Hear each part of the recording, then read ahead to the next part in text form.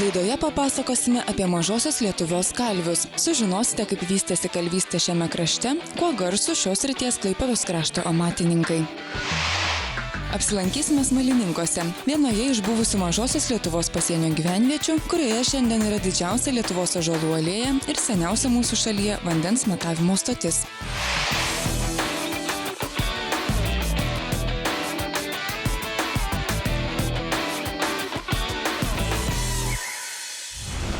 Sveiki! Šeštadienio rytas su laida Kultūra Plius skirtas mažai Lietuvai, jos gyvenviečių istorijai ir kultūriniam paveldui. Tačiau šiandien kviečiu pasiklausyti dvi naujas istorijas.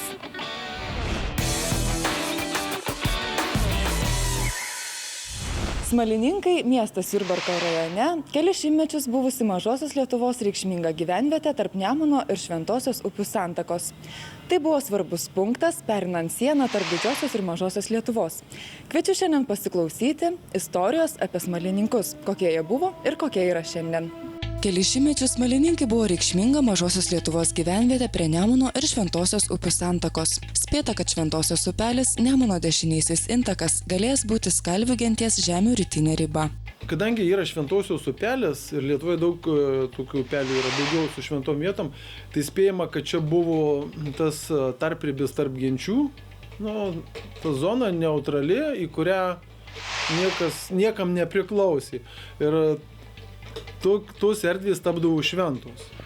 Dėl to atsirado tas Šventosios upelis ir čia ko gero buvo tarpribis tarp genčių. Visais laikais prie Nemuno svarbiausių susisiekimo kelio buvo gyvenama. Tai rodo ir vikingams priskiriami kapai Panemuniuose, nusidriekę iki Smalininkų. Tam tikrų užuominų apie šias apylinkes liko 1395 metų kryžiuočių karo kelių aprašymuose, užsimenant apie pasienio prūsų vietovę į vakarus nuo Šventės, tai yra Šventosios upės. 1422 metais buvo pasirašyta Melno sutartis tarp Lietuvos ir ordino, kurios metu nustatyta siena tarp šių dviejų valstybių. Šią sieną buvusią visai šalia dabartinių Smalininkų reikėjo kontroliuoti, ten turėjo būti kurdintas pasienio sargų ar žvalgų postas. Pirmieji Smalininkų paminėjimai rašytiniuose šaltiniuose siekia 15 amžiaus pabaigą. Matyt, su vis gausėjančia laivyba susietas ir vietovardis Smalininkai. Smalininkai. Vienu žodžiu, smalos virėjai.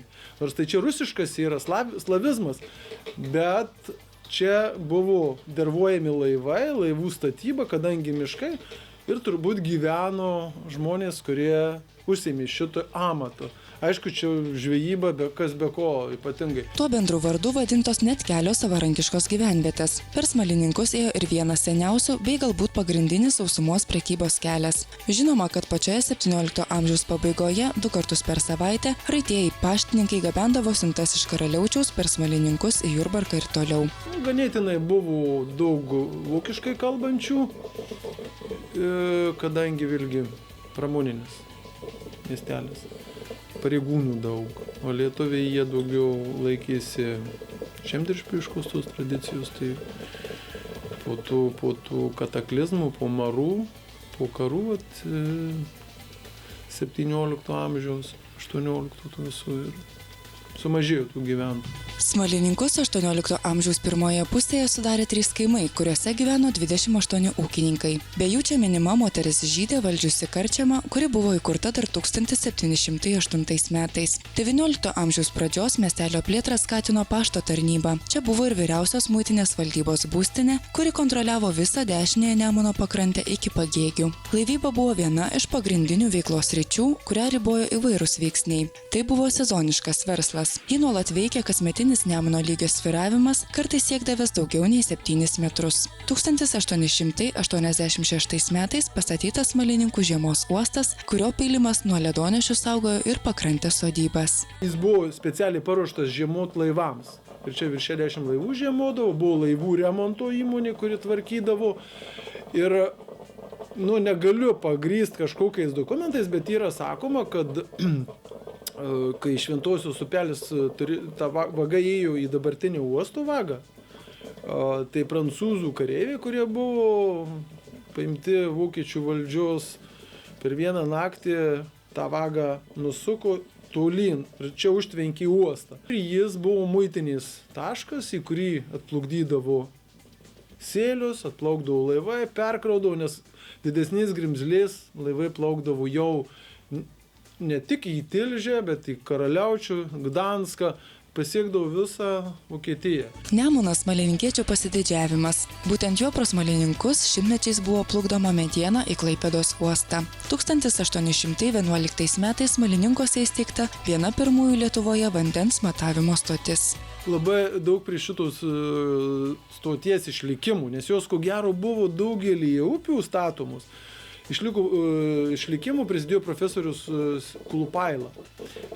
Jis matuodavo vandenį ir yra nuotraukos, kada jis matuoja vandenį. Mūsų svajonė būtent tam parkelį pastatyti paminklą Kulupailai ir kad galėtumėm, pavyzdžiui, net jo paminklo fundamentą vadinamą apsemtų potvinių metu vanduo. Gyvenvietėje taip pat buvo žinomas laivų statybos centras, čia gyveno ir daug laivininkų. XIX amžiaus viduryje, krašte pertvarkant evangelikų liuteronų parapijų ribas, įsteigta nauja Smalininkų parapija. Aukščiausioje miestelio vietoje 1877 metais pradėta statyti ir per metus baigta Smalininkų evangelikų liuteronų bažnyčia. Bažnyčios vietoje dabar stovi varpas ir ten buvo bažnyčia, ji po karo buvo apgriauta, 50 metais ją visai išardė ir išnešiojo pamatus, tai 12 metais mes pašventinam tą varpą. Miestelis, įsivaizduokim, apie 1000 gyventojų ir 3 religinės bendruomenės.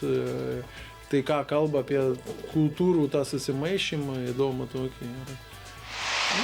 Kaip ir visur buvo, manau, visko ir tarptų liuteroniškos bendruomenės, ir tarptų katalikiškos, bet žmonės gyveno. Ir skirtingos kalbos, skirtingai politinė situacija, čia labai tokia sudėtinga buvo, ko gero, ypač paskutiniais metais prieš ateinant Hitleriui. Čia veikė ir judėjų bendruomenė, kuri turėjo savo sinagogą. Jau apie 1736 metus Vitkėmiuose viename iš 3 Smalininkų sudariusių kaimų pastatyta mokykla, o nuo 1845 metų Smalininkuose veikė parapinė mokykla. Čia buvo įsikūręs Smalininkų miškų valsčiaus centras, vyriausioji girininkija. 1902 metais nuo Pagėgių Smalininkus buvo nutiesta beveik 56 km ilgio siauruko linija. Šiandien išlikęs stoties pastatas paverstas gyvenamuoju namu. Smalininkai 20 amžiaus pradžioje apibūdinti kaip prekyvietė, valstybinės sienos perėmimo punktas ir uostas. Prekybą tuomet valdė žydai. Pirmojo pasaulinio karo pasekmės skaudžiai atsiliepė Smalininkų ekonomikai. 1923 m. pradžioje Klaipėdos kraštui prisijungus prie Lietuvos Respublikos, Smalininkai neteko dar vieno gerovės šaltinio – ilgaamžės sausumos pasienio muitinės. Artėjant frontui iš Smalininkų pasitraukė ir senieji gyventojai. Šiandien Smalininkuose gyvena apie 1000 žmonių. Miestelėje veikia 3 mokyklos, yra kultūros namai, kuriuose būrėsi vietos saviveiklininkai, įsteigti modernūs senjorų namai. Gyvenvietė siekia tapti kurortinę vietovę. Turim labai patrauklę vietovę. Nemuno transportas gali kursuoti, turim seno geležinkelio atkarpą, kuri veikia Pagėgiai Smalininkai, ir turim kartodromą geriausią Pabaltyje, turim sportinius žirgus, turim verslo mokyklą, stadioną. Faktiškai miškus gražios. Mūsų maitina miškai, Nemunas, kaip sakant. Mes ir faktiškai yra Lota perdirbimo medienos įmonė, kuri gamina ir briketus. Ir dar tokių yra keletą ūkininkų, 3-4. Sakau, kai žemės ūkis yra labai sudėtingas darbai, tai daugiau verčiasi miškais, gamtos ištekliais. Ir kadangi yra tyrimai atlikti, kad Smalininkuose yra gydomųjų durpių, tai mes linkę ant tos sanatorinį kažką tai įsteigti. Prieš 10-metį čia įkurtas technikos muziejus, kuriame surinkti ne tik senovės technikos pavyzdžiai, bet ir šio krašto praeities istorinė medžiaga. Šio muziejaus įkūrėjas Justinas Stonys muziejaus steigimo pradžiai panaudojo įvairius istorinius daiktus, priklausiusius jo tėvams ir seneliams. Aš techniką žinau visai neblogai, galima sakyti, aš čia nesėdžiu, bet tai faktas yra. Ir kažkaip tai sulaukus tam tikrą amžiaus tarpsnio, reikia tą realizuoti. Nes įdomu, ta praeities technika įdomu, faktiškai. Praeitis, istorija, tai yra tų žmonių, kurie gyveno, tai yra jų palikimas. Tai yra įdomu, nes technika domintis, automatiškai reikia žinoti istoriją, automatiškai reikia žinoti ir geografiją. Pas mus 22 000 eksponatų yra. Faktiškai eksponatų mes turim tiek, kad mes galim kelis angarus pastatyti ir jie bus pilnai užpildyti.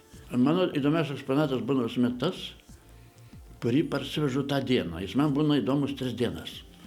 Po 3 dienų jis man neįdomus būna. Pas mane vėl pabunda medžiotojo instinktas ir vėl važiuojam į paiešką. Va, tai eksponatai man įdomus būna visi absoliučiai kiekvienu, bet tik 3 dienas, neilgiau. Brangiausiai kainuojantis eksponatas? Brangiausiai negaliu sakyti, nes jis yra pastatytas lauke ir aš dar noriu, kad jis būtų dar ilgokai tenai. Smalininkai gražiai prižiūrimas miestelis, kuriame naujai sutvarkytas parkas ant Nemuno kranto. Miestelis garsėja didžiausia Lietuvoje ąžuolų alėja bei vandens matavimo stotimi, kuri savo laiku buvo pripažinta gražiausia Europoje.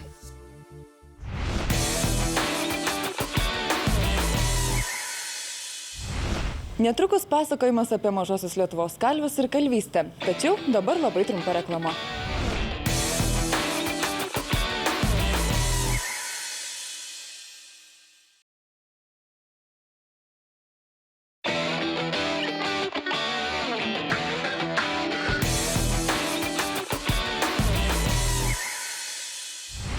Klaipėdos krašto amatai, tarp jų ir kalvystė, turi ne tik senas tradicijas, bet ir ilgą laiką buvo reglamentuojami pagal griežtus Prūsijos valdžios įvestus įstatymus. Klaipėdos kalviai minimi jau 16 amžiuje. Miesto statyboms jie darė vinis, apkaustus langams ir durims, groteles ir kitokius geležinius daiktus. Šiandien ir kviečiu pasiklausyti pasakojimo apie Klaipėdos kalvystę. Seniausias baltų naudotas metalas buvo žalvaris. Pirmieji metalo dirbiniai iš vario ir alavo mišinio pasirodė 18–16 amžiuje prieš Kristų. Žalvaris buvo atgabenamas iš vidurio Europos. Laikui bėgant vietos gyventojai patys išmoko perlydyti žalvarį ir pasigaminti įvairių dirbinių. Ankstyvajame geležies amžiuje, 6–1 amžiais prieš Kristų, į Lietuvos teritoriją atvežami geležies dirbiniai. Pirmieji apdirbti geležį pradėjo vakarų baltai. Paskutiniais šimtmečiais prieš Kristų pradėta vietoje gaminti geležį ir iš jos kalti į atgalius skydų apkaustus buities ir darbo įrankius. Geležis buvo gaunama iš balų rūdos. Vasarą vyrai kasdavo rūdą, ją perplaudavo, išdžiovindavo, iškaitindavo, susmulkindavo. Lydydavo rudenį arba žiemą. Randama, kad čia ir metalą patys iš pelkių rūdos lydydavo, nes čia bandužiuose tur randami yra. Pily randama labai daug, sakysim, strėlių, antgalių, ten kibirų lankai, žirklis įvairius ten. Bet tai yra mažai, tai yra labai mažai. Kalvystė Klaipėdos krašte turėjo ne tik senas tradicijas. Ji buvo griežtai reglamentuojama pagal Prūsijos 16–18 amžių, o ypač 19 amžiaus valdžios įstatymus ir pagal įvairių organizacijų priimtus statutus bei taisyklės. Po didžiojo gaisro, kada Klaipėda prasidėjo atstatymas Klaipėdos, ir Klaipėda pakliuvo į tokį labai dėkingą laikotarpį, kada pasaulyje pradėjo įsivyrauti modern jugend stilius. Tai yra jau kol pastatų statė, kol viską, kol čia projektavo ir jau 19 amžiaus pabaiga, 20 pradžia ir čia atsiranda modern jugend stilius ir čia labai daug buvo naudojama kalto metalo. Interjeras, eksterjeras mažoje Lietuvoje visur buvo naudojamas kaltas metalas, nes iki to laikotarpį mes matom, kad tai buvo eklektika. Kada prasidėjo atstatymas, prasidėjo kas atsirado? Balkonai. Tai yra mažoji architektūra, kapinės, mažoji architektūra, kryžiai, tvorelis ir patys kapai ir tvorelis, viskas buvo daroma mažoji Prūsų Lietuvoje, ne tik Klaipėdoje, bet visam šitam krašte viskas buvo daroma iš kalto metalo. Kalviai turėjo praeiti 3 mokymosi stadijas – mokinio, gizelio arba pameistrio ir meistro. Mokslas trukdavo 3 metus. Vėliau pameistrys turėjo 2 arba 3 metus dirbti pas meistrą. Pameistrys, norėdamas gauti meistro kvalifikaciją, turėjo gerai įsisavinti teorinės bei praktinės žinias, gauti gerą meistro rekomendaciją ir išlaikyti egzaminą, kurį organizavo amatų rūmai. Tik įgijęs meistro kvalifikaciją, kalvis įgydavo teisę turėti savo dirbtuvę ir laikyti mokinį. Pas jį dirbdavo nuo 4 iki 5 mokinių. Mokiniai pirmus metus tėvai mokėdavo meistrui, antrus metus, ir dar ką pabrėžti, eidavo, priimdavo tik labai gabius ir labai norinčius, ne raus lauk. Čia žaidimų nebuvo. Nori, mokiniesi, atiduodi visas pats save. Čia buvo namas, stovėjo vidury, kur dabar nebėra per karą subombarduotas ta žalia aikštelė. 2 aukštų namas, pirmam aukšte gyveno mokiniai, antram aukšte šeimininkas. Ir čia pat dirbtuvės kieme, viskas vietoj. Na ir mokinys mokindavosi 5 metus. Po 5 metų tu turėjai praeiti visus meistrus, žymiausius Klaipėdos krašte. Ir tik iš visų gavęs teigiamas charakteristikas, tada tu gali pradėti galvoti apie savo firmos atidarymą. Jeigu ne, visą gyvenimą dirbs pameistriu. Taigi čia buvo drausmė, tvarka. Klaipėdos krašte žodžio atsiprašau nebuvo. Pasakei, padarei. Viskas, ne raus lauk. Viskas, kalbos baigtos. Reikalavimai buvo griežti. Garbės reikalas buvo svarbesnis už gyvenimą mažoje Lietuvoje. Miestų kalviams teko vis labiau specializuotis, nes didėjo ir įvairėjo miestiečių bei prekeivių reikmės. Dėl šios priežasties didėjo miestų kalvių specializacija ir meistriškumas. Klaipėdos kalviai ir šaltkalviai gamino dirbinius pagal įvairius užsakymus, bet dauguma jų specializavosi vienoje šio amato šakų. Klaipėdos kalvių darbai buvo gerai žinomi ir vertinami. Pamatysit ant visų darbų ir meistrų pavardės. Todėl, kad tai buvo garbės reikalas, jo firma. Jis didžiavosi savo darbu.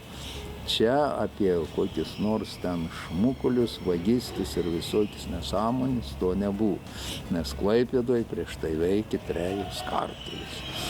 Taip, kad kol tu buvo tvarka įvesta. Didžiausią paklausą turėjo arklių kaustytojai, todėl Kalvių sąjunga rengdavo 3 mėnesių arklių kaustymo kursus, tačiau verslas arklių kaustymų buvo leidžiamas tik išlaikius egzaminą. Klaipėdos kalvius galima skirstyti į spynininkus, pasagų kalėjus, įrankių, peilių, vinių kalvius, vežimų kaustytojus, įrankių kalėjus. Čia pagrindiniai meistrai visi buvo vokiečiai. Lietuvininkų yra vienintelis, kurį aš turiu. Tai yra Aušrat. Jis buvo ir pavardį pasikeitė, jie čia turėjo daug problemų, bet tai buvo vienas žymiausių šito krašto meistrų Klaipėdoje. Kiek man ir žinoma, prieš karą dirbo 4 meninės kalvės Klaipėdoje. Ir darė tokius gražiausius dalykus, kryžius, tvoreles, vėjarodis.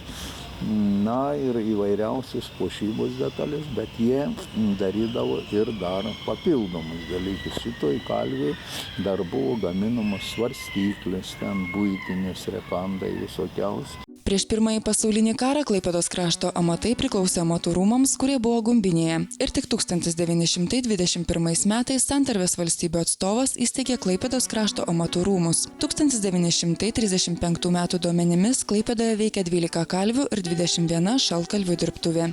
Klaipėdai buvo būdingas platus metalo dirbinių gamybos bei remonto darbų asortimentas. Tai buvo labai išplitęs šitas amatas, labai daug darbų, kadangi buvo tokia mada atėjusi nuo 19 amžiaus vidurio. Visi kapai mažoje Lietuvoje, tvorelis, kryžiai, antkapiai, viskas buvo puošiama kaltų metalu. Ir tas viskas baigėsi po prieš jau antrą pasaulinį karą, paskui karas ir po to jau nebeatsigavo. Kalviai ir šaltkalviai aprūpindavo miesto statybas skaltinėmis vinimis, darė durų ir langų apkaustus, vėjarodžius, gatvės žibintus, turėklus, dureles ir apkaustus krosnims, rankenas, užlaidus, o vėliau ir santechnikos bei apšildymo sistemas. Dauguma turėjo vėjarodis, nes pajūrys visiems buvo svarbus, iš kurios pusės koks vėjas pučia. Ir kadangi dauguma žmonių užsiėmė žvejybą, laivais, taigi ir jie domėjosi ypatingai koks oras ir kaip jiems, kokie bus laimikiai. Taigi ir tų vėjarodžių buvo labai daug ir buvo tokia mada visur, kad miestuose miesteliuose, kur prie marių, visur va šitą stovėjai centre miesto, reiškia, vėjarodį, rodė vėjo kryptį. Metaliniai kryžiai Mažojoje Lietuvoje paplito jau 18 amžiuje. 19 amžiaus viduryje Klaipėdos krašto kalviai pradeda lieti ir kalti metalinius kryžius ir kapinių tvoreles visame krašte. Šio krašto kryžiuose nėra nukryžiuotojo. Jo vietoje porcelianinė lentelė su poetišku posakiu ar mirusiojo pavardė ir data. Ornamentai Mažojoje Lietuvoje sudaryti iš susuktų spiralių, užbaigti gėlių žiedais ar lapais. Mažosios Lietuvos kalvystė skiriasi nuo didžiosios Lietuvos, kaip diena nuo nakties. Tokie didžiuliai buvo skirtumai. Kodėl? Todėl, kad šitas kraštas buvo tampriai susietas su Vokietija ir šitos visos detalės, dekoratyvinės detalės, visos buvo gaminamos serijiniu būdu. Kalvis arba menininkas tik darydavo kompozicijas iš esamų detalių, arba jeigu trūksta vienos kitos, arba kompozicijai nori pakeisti kažkokį, tada būdavo dakalamos kai kurios detalės. 19 amžiuje iki 20 amžiaus buvo naudojama didžiojoje Lietuvoje kalviškas suvirinimas, mažoje Lietuvoje kalvys. Visi kryžiai, tvorelės yra visos sujungtos kniedėm arba apspaudais. Jeigu miestuose kalvystė sparčiai vystėsi, specializavosi bei meniškai augo, tai kaimo kalviams sekėsi kiek lėčiau ir sunkiau. Iki 19 amžiaus antros pusės valstiečiai geležį naudojo itin saikingai. Geležies dirbiniai kaime buvo naudojami tik tose gyvenimo srityse, kur jų negalėjo pavaduoti kitos, lengviau uždirbamos medžiagos dirbiniai. Vėliau liaudies buityje geležiniai daiktai, darbo įrankiai paplito plačiau. Dvarų ir kaimų kalviai buvo universalūs. Kaliai ir taisė įvairius žemės ir namų ūkio padargus, kaustė arklius. Kūrybingi kaimo kalviai sukimo karpimo būdu padarydavo nepakartojamo grožio dirbinius. Savitumu išsiskiria Klaipėdos krašto kaltiniai sietynai, vėtrungės, gyvenamųjų namų puošybiniai elementai, kapinių kryžiai, tvorelės, varteliai. Metaliniai apkaustai buvo naudojami kuparų bei skrynių sutvirtinimui, kurie vėliau atliko daugiau dekoratyvinį vaidmenį. Vienas seniausių amatų yra gyvas ir šiandien. Žmonės savo namų interjerus ir išorę puošia įmantriais metalo dirbiniais, kuriuos kuria gabūs ir profesionalūs šios srities meistrai. Yra dabar irgi gerų kalvių, nes Telšiuose buvo dabar Dailės akademija, anksčiau buvo technikumas ir ten ruošdavo specialistus ir kalvius, ir graverius, ir aukštos klasės specialistai vieni geriausi. Klaipėdoje veikia kalvystės muziejus, įkurtas 1979 metais, esantis netoli Senojo turgaus, klaipėdiečio Kalvio Franco Grimo kalvės vietoje. Netoliese tebestovi ir veikia restauruota žymaus Klaipėdos meistro Gustavo Kackės kalvė. Kai Gustavo Kackis įgijo šitą kalvį 1895 metais, pirmas jo darbas buvo pagaminti vėjarodį ir įsikėlė ant savo pastato. Kai dabar kelia vainikus visi, kada užbaigia pastatą, taip ir tada būdavo iškeliama vėjarodį. Beje, šis kalvis buvo vienintelis Klaipėdos krašte, turėjęs tarptautinį sidabro medalį už meninę kalvystę. Jo ir kitų žymių šio krašto kalvio darbų šiandien galime išvysti kalvystės muziejuje bei senosiose Mažosios Lietuvos kapinaitėse.